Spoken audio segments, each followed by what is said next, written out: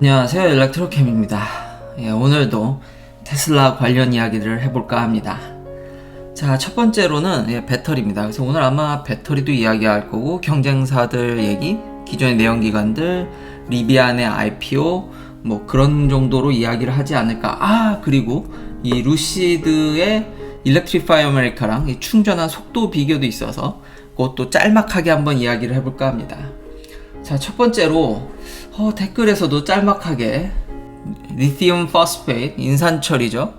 이런 배터리가 뭐 특허 때문에 자꾸 중국에 국한될 거다, 이걸 개발한 구리너프 교수님이 고소를 할 거다, 뭐 그런 댓글도 봤는데요. 저도 궁금해서 한번 찾아봤습니다. 그러니까 이해는 합니다. 한국의 배터리 회사들이 이미 NMC에 그러니까 좀 하이니켈 쪽에 치중되어 있기 때문에 물론 미래는 거기입니다. 그리고 제 말을 듣고 뭐 주식을 팔라는 게 아니라 미래는 거기에 있는데 저는 그냥 있는 그대로를 이야기할 뿐이죠. 그러니까 한국 회사들을 응원하는 마음이 있어서 현실을 너무 이렇게 무시하진 않았으면 한해서 그런 것들을 저는 그냥 보면서 있는 그대로를 이야기할 뿐입니다. 일단 구리너프 교수님의 특허는 2017년에 풀렸습니다. 그러니까 특허를 한번 걸면요, 천년만년 되는 게 아니라 한국도 그런 걸로 알고 있는데 기술 특허가 제가 알기로는 한 20년쯤 가는 걸로 알고 있습니다. 그러니까 기술의 보편화도 있고 사실상 이제 20년쯤 지나면은 어느 정도 현실적으로 기술이 보편화되기 때문에 그걸 막기가 좀 어렵습니다. 그리고 구리너프 교수님이 이걸 개발한 거는 90년대입니다. 제가 기억하기로. 근데 여기 아주 친절하게 특허를 구글에 검색해서 페이턴트 링크까지 걸어주시면서 이분이 트위터에 아주 깔끔히 여러 가지 논의에 대해서 LFP 배터리에 대해서 너무 정리를 잘 해주셔서 이분 거를 고스란히 읽어드리면요, 90년대에 만들었기 때문에, 그리고 2017년에 구디너프 교수님 특허는 끝났고요. 유니버시티 오브 아마 몬트리올 여기서 뭐 파일링 한 거, 그러니까 LFP에 대해서 여러 가지 특허들이 있는데 이건 역시도 다른 특허 역시도 그러니까 올해 초에 이미 끝났고요. 왜냐면 이 인산철 배터리가 굉장히 이렇게 역사가 오래됐습니다. 아무래도 이 배터리 역사가 에너지 덴시티가 올라가는 쪽으로 개발되다 보니까 좀 낮은 것들은 일찍 개발됐거든요. 그러니까 특허 시간을 고려해도 이미 충분히 시간이 지났고 다른 특허들도 있는데요. 그 옛날에 오바마 때도 A123라든지 이런 회사들 막 중국 회사들이 나중에 미국에서 그 배터리 회사들이 잘 안 되니까 다 사가지 않았습니까? 그래서 이제 다른 특허들이 있는데 그건 역시도 대부분 올해 아니면 내년 초면 다 끝납니다. 그리고 지금 아마 테슬라를 LFP를 주문한다 해도 뭐 내년 중순에나 받죠. 그렇기 때문에 참 절묘하게 그것도 시간이 많네요. 뭐 테슬라가 아마 노리는 면도 있었겠죠. 그리고 그게 아니더라도 지금 다른 특허들은 보면은 이미 라이센스가 들어갔는데 뭐 바스프라든지 전 세계적인 진짜 화학회사죠. 원재료로 공급하는 뭐 미취라든지, 근데 거기에 보면은 회사 라이센싱 하는 회사 리스트에 중국 회사가 하나 들어가 있습니다. 그렇기 때문에 별 문제가 없을 것 같고요. 그리고 이미 중국에서 보조금이 한때 이제 살포가 됐기 때문에 여기 그런 것도 이분이 얘기하더라고요. 그 리튬 하이드록사이드나 이제 카보네이트 가격이 뛰었을 때 보조금으로 인해서 이미 중국 업체들은 상당량 경쟁력을 확보를 했고, 그러니까 이런 걸 다 떠나서 이게 다 아니라고 하더라도 이분도 이 얘기를 하거든요. 제가 어제 얘기했던 거와 똑같은 얘기를 하는데 약간 틀린 부분이 있는 것 같은데, 이분이 이제 타리프, 그러니까 관세가 10%라고 하는데 뭐 100% 틀렸다기보다는 팩으로 받으면 한 10%일 수도 있겠네요. 근데 제가 어제 셀로 얘기했죠. 10%가 안 됩니다. 그러니까 앞선 얘기한 특허 문제라든지 이런 것들이 다 양보해서 다 틀렸다 치더라도 그러고도 인산철이 너무 쌉니다. 너무 싸기 때문에 테슬라가 이걸 하게 되면 엄청난 가격 경쟁력을 얻는 거는 부인할 수 없는 사실이고, 어제 얘기했듯이 테슬라는 이미 목표를 향해서 거의 다 와 있고 이것의 지금 시장 파급 효과는 굉장히 크다라는 겁니다. 특히 하이니켈에 있는 회사들은 더 경쟁력 있게 에너지 덴시티를 올리거나 빨리 이제 양산을 더 하이 에너지 덴시티를 높이거나 뭔가 솔리드 스테이트에 준하는 뭔가 이제 기술적 발돋움을 하던가, 아니면 인산철을 다시 맞불로 개발을 해서 같이 뛰어들지 않으면은 쉽지 않은 싸움이 되겠다라는 겁니다. 그러니까 이게 중국만에 국한되는 이야기는 아닙니다. 이런 거저런 다 찾아보니까. 거기다가 물론 장기적으로는 에너지 덴시티가 높은 게 당연히 먼 미래에는 그게 그 방향으로 가는 거는 절대 진리입니다. 근데 항상 돈을 버는 건 타이밍이지 않습니까? 그게 그때까지 견디냐 아니면 거기를 어떻게 가냐가 문제죠. 그리고 다른 이 배터리 업체들한테 참 이게 문제인데, 아니 고객사가 같이 배터리를 만들겠다고 덤벼들면은 이제는 다들 테슬라가 어느 정도는 양산할 준비가 차근차근 보인다라는 게 지금 계속 다가오고 있죠. 댓글에도 남겨주셨듯이 금방 뉴스로도 나오지 않습니까? 기가 팩토리 이제 텍사스입니다. 기가 네바다도 아니고 프레몬트 공장도 아니고 이미 텍사스에 파일럿 라인들이 들어가는 것 같긴 합니다. 이런 사진들이 유출되는 거 봐서는 절대로 자기가 납품하려는 회사가 동일한 물건을 만들려고 한다라는 거는 어떤 산업이 됐든지 간에 결코 좋은 뉴스가 될 수 없습니다. 자, 배터리는 그 정도로 정리하면 될 것 같고요. 자, 테슬라 소식으로는 항상 이렇게 구독자님이나 댓글에 남겨주시는 분들이 좀 알아봐 달라고 그런 댓글들은 다 환영합니다. 항상 의견 주시는 거 다 감사하게 받아들이고 있고요.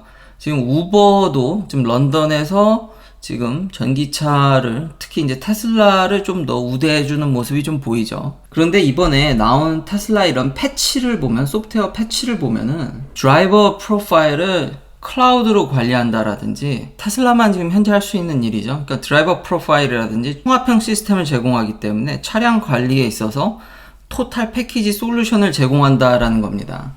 이게 얼마나 렌트카 회사한테 득이 되는지, 차량을 트래킹하기도 쉽고 주변을 볼 수도 있고, 그리고 각각의 이 드라이버 프로파일이 있으면은 만약에 진짜 다 테슬라를 갖고 있으면 제 드라이버 프로파일을 뭐 트랜스퍼 한다라든지, 정말 렌트카인데 마치 제 차인 양, 혹은 여러 가지 그런 소프트웨어적으로 관리, 그러니까 매니징 하는데도 좋고 사용자도 편하고 이런 토탈 패키지 서비스가 가능합니다.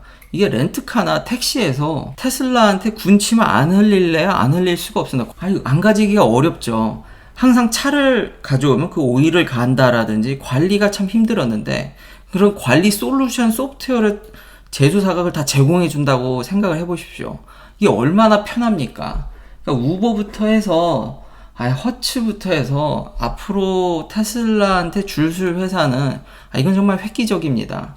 그러니 오늘 주식이 이것도 잠깐 내려갔는데 또 댓글에 이게 프리 마켓에서 떨어진다고 댓글도 알려주셨는데, 뭐 떨어질 때가 됐지 않았나. 너무 급등했죠. 근데 뭐 다시 돌아오는 것도 순식간이네요. 이런 거에 일비할 필요는 없는 것 같긴 합니다. 진짜 1200을 또 이렇게 빨리, 정말 무섭습니다. 무서워. 금방 돌아왔습니다. 근데 이런 배경이 있다라는 거죠. 뭐 물론 일론 머스크가, 저는 오히려 CEO로서 이렇게 진중한 모습을 보여줘서 좋다고 저는 넘어갔는데, 이것에 또 반응하시는 분들이 있더라고요. 근데 허츠는 어쨌든 부인했습니다. 일론 머스크가 아직 계약하지 않았다고 그랬는데, 사인하지 않았다고 그랬죠. 그러니까 이야기한 건 맞지만 구두로 어느 정도 다 합의하고 이런 거는 다 맞는데 사인하지 않았다고 그랬는데, 허츠는 그걸 또 반박했습니다. 이미 인도는 시작됐다고. 제가 아까 처음에 얘기했듯이 이런 차량 관리 통합 소프트웨어를 제공해 줄 수 있는 유일한 회사입니다. 앞으로 렌트카 회사들이든 택시 회사들이든 이런 것들을 이제 처음으로 테슬라가 알려줬기 때문에, 그러니까 이 회사는 어떻게 만드냐가 중요한 거지, 램프업 하느냐가 중요하지, 이 차량 관리에 있어서는 거의 뭐 극강의 경지, 어떻게 말로 표현할 수가 없네요.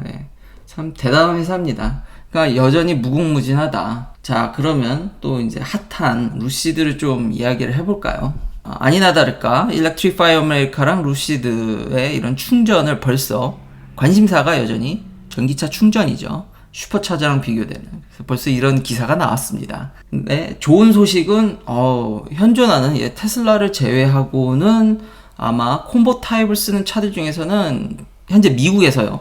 뭐 한국에서는 아이오닉 5도 뭐 높다고 하는데, 일단 미국에서는 루시드가 테슬라를 제외하면 제일 빠릅니다. 피크로 250kW를 보여줬는데 뭐가 좀 이상하죠.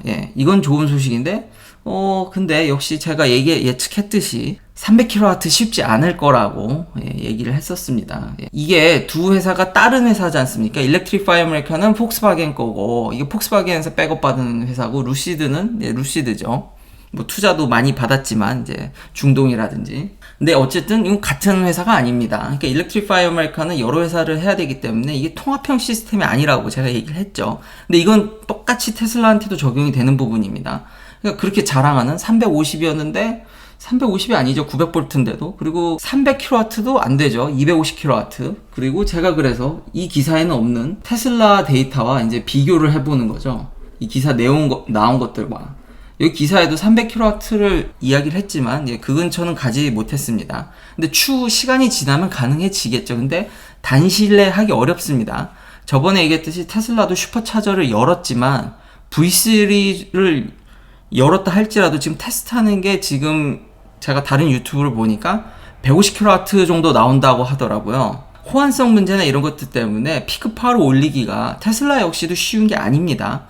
이게 자기가 다 할 때나 가능한 거지. 배터리라든지 여러 가지 병목 형상 등이 일어날 만한 여지들이 다 있기 때문에 이게 확실히 컨트롤이 안 되면 화재로 이어지기 때문에 섣불리 피크를 올리는 게 어렵습니다. 그래도 250을 보여준 거는 나름 선방했고, 그리고 여기 보면은 80kWh까지 충전하는데 한 31분 정도? 그래서 여기 보면은 기사에서 참 재밌는 게 실제로 뭐 이제 80kWh를 넣는데 한 68% 그럼 실제 들어간 거 한 74.3kWh 정도?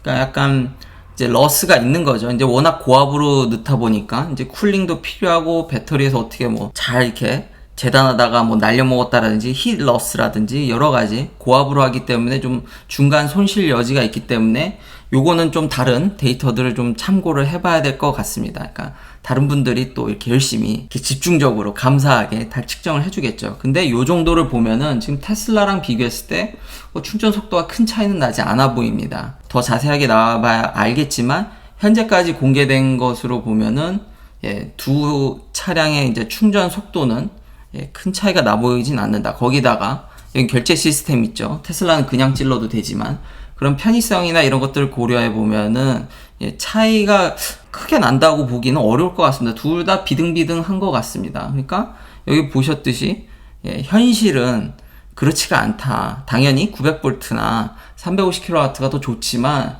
현실적으로 두 회사를 이렇게 비교해 봐도 체감은 비슷할 것으로 보입니다. 그리고 제가 이 슈퍼차저의 유럽에 대한 것도 비욘의 이제 유튜브를 보고 제가 정리해서 얘기했는데 역시 다들 비슷합니다. 이걸 기사로 쓰신 분이 있더라고요. 또 이렇게 쉽게 아주 정리를 해줘서 아이오니티와 슈퍼차저를 비교했는데 여기 한 회사를 더 넣어줬습니다. 패슨이라는 이런 회사도 있다고 하더라고요. 똑같이 이제 게스트로 가면은 거의 0.59 유로인데 per kWh당 세네요. 세. 이게 유로가 센트보다 달러보단 좀 높으니까 그러면은 뭐 한 700원 뭐 700원 800원 수준인데 근데 멤버십에 이제 다달이 이제 12유로를 내고 이제 넣으면은 이제 여기도 0.35 유로 정도로 이제 떨어지죠. 그러면 2분 포인트가 50kWh 이제 달당 그거 이상 쓰실 분들은 이제 멤버십을 가입하는 게 맞다라고 하면서 여러 가지 이런 비교를 해줬는데 여전히 타 회사 대비 테슬라의 슈퍼차저 경쟁력이 이번에 오픈한 것만 보더라도 이게 세다. 배터리면 배터리, 충전이면 충전, 이미 규모의 경제를 달성한 게 이게 좀 무섭습니다, 진짜. 자, 루시드를 얘기했으니까 이번에는 리비안을 이야기해 볼까요? 리비안이 이제 상장을 합니다. 그래서 IPO 준비를 하는데, 그러니까 IPO 준비를 하려다 보면 이런저런 그 파일링 할 때 서류들을 이렇게 내야 됩니다. 그러니까 자기의 재정적인 뿐만 아니라 앞으로 경영을 어떻게 할 건지, 뭐 차를 얼마나 생산할 건지 이런 것들이 많이 이제 새어 나오죠. 그러니까 제가 관심 있는 거는 차를 어떻게 만들 거며 생산 대수는 얼마일 거냐 이제 관심이 많은데 뭐 일단 이니셜 오퍼 프라이스죠. 그러니까 오프닝 할 때 이제 기존 가격. 그러니까 한국은 제가 아버지랑 한번 이렇게 얘기할 때 보니까 액면가를 많이 이야기하는데 미국은 상장할 때 대부분의 주식이 옛날엔 있었던 것 같은데 요즘은 액면가가 없습니다. 이렇게 이거를 주식을 올려주는 회사랑 이제 상의를 해서 가격을 이제 설정해서 이니셜 프라이스가 이게 나오는 거지. 액면가는 없지만 현재 나온 프라이스는 57달러에서 주당 한 62불 요 정도의 레인지고, 이러면은 한 55 빌리언 달러니까 한 번 55조 원, 뭐 하나로 치면 60조 원 정도를 예상할 수 있겠네요. 그치만 아까 얘기했듯이 제가 관심 있는 거는 도대체 몇 대나 팔았을까? 두 회사 다 루시드나 리비안이나 아직 대량 생산은 좀 9월 달에는 거의 이게 안 보이는군요. 10월에는 한 150대? 그래서 뭐 합쳐서 한 180대 정도 인도한 것 같긴 합니다. 분발해서 많이 나와주길 저도 바라겠고요. 또 다른 경쟁사 이야기들을 보면은 참 이게 돌아가는 사정이 진짜 이게 매일매일 이야기하지만 어떻게 이게 테슬라밖에 참 할만한 전기차가 없는지. 아까 처음에 얘기했듯이 그런 렌트카나 택시도 대량 생산이 기본으로 돼야 되는데 아직 저 리비안도 지금 대량 생산은 2024년인가 그렇습니다. 빨라야. 또 기존의 내연기관 회사들도 깝깝한 게 이 허버트 디에즈가 지금 재신임이 될지 안 될지가 애매하더라고요. 좀 가봐야 알겠는데 그래도 이제 폭스바겐을 굉장히 전기차화 하려고 부단히 노력하시는 CEO님인데 이게 아무래도 회사 내부에 좀 반발이라든지, 그쵸, 전기차화 하면 노조라든지 다들 이미 제가 지겹도록 얘기해서 다 아실 텐데 아마 그런 것들 때문에 이 자리가 애매한 것 같긴 합니다. 다음에 이거 어떻게 될지 모르겠다. 그래서 제가 어떤 분이 이거 또 알려주셔가지고 이렇게 얘기하신 분이 있더라고요. 트윗 보니까 최근 트윗인데 10월 30 트윗인데 보니까 BMW CEO가 모든 사람이 전기차를 운전하는 것이 뭐 그걸 바라지 않는다고, 그렇게 되는 것들을 바라지 않는다. 그러니까 전기차로 뒤덮이는 거를 뭐 바라지 않는다는 둥. 과거에 제가 BMW 이 CEO의 발언들 몇 번 조명을 했는데 이게 지금도 그렇다는 게 좀 놀라워서, 그래서 이런저런 이분이 BMW CEO에 대해서 이렇게 얘기한 거 보니까 여전히 그런 내연기관에 대해서 옹호하는 입장들, 지금 현재요. 이분 트윗으로는. 그래서 좀 기사를 좀 더 찾아보니까 일단 올해 5월까지는 여전히 이게 전기차 확장에 대해서는 이제 타이밍이다라고 좀 말을 좀 이렇게 낮추셨더라고요. 그렇지만 기사 내용들을 이렇게 쓱 보니까 굉장히 보수적이라고 생각이 됩니다. 별로 기사 내용을 봐서는 아까 한 그 트윗이 거짓말은 아니겠구나, 저렇게 얘기하고도 남을 것 같다라는 생각이 들더라고요. 또 보면은 또 BMW가 전기차를 잘 파는 것 같거든요. 그 i4가 이제 솔드아웃 됐다고 그러는데 바로 우리는 파인 포인트를 잘 봐야 되는 게 밑에 뭐라고 써져 있냐면 도대체 몇 대를 예약 주문해서 팔렸는지를 공개를 하고 있지 않습니다. 그것에 대해서 굉장히 의구심을 갖고 있다. 1000대 예약하고 우리 다 팔렸어요 이러면은 지금 누구는 지금 올해 100만 대를 바라보고 내년에 200만 대를 바라보는 입장에서 이게 좀 그렇죠. 이 참 독일이 어제 그렇게 배터리나 이런 것들을 보면은 평가가 나쁘지 않은데 기존 회사들은 이게 참 기술적인 문제뿐만 아니라 이런 정치적인 문제까지 여러 가지 이런 노조라든지 이게 걸려 있어서 참 전 세계가 흥미진진합니다. 기술 플러스 한 치 앞을 못 보는 여러 가지 변수가 다 얽히설키 뭉쳐 있어서 그거는 비단 미국이나 뭐 한국뿐만 아니라 독일도 참 진통이 여전히 예상된다.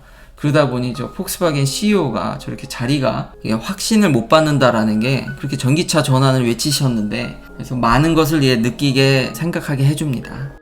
긴 영상 시청해주셔서 감사합니다. 내일도 테슬라 관련 이야기들로 찾아뵙겠습니다.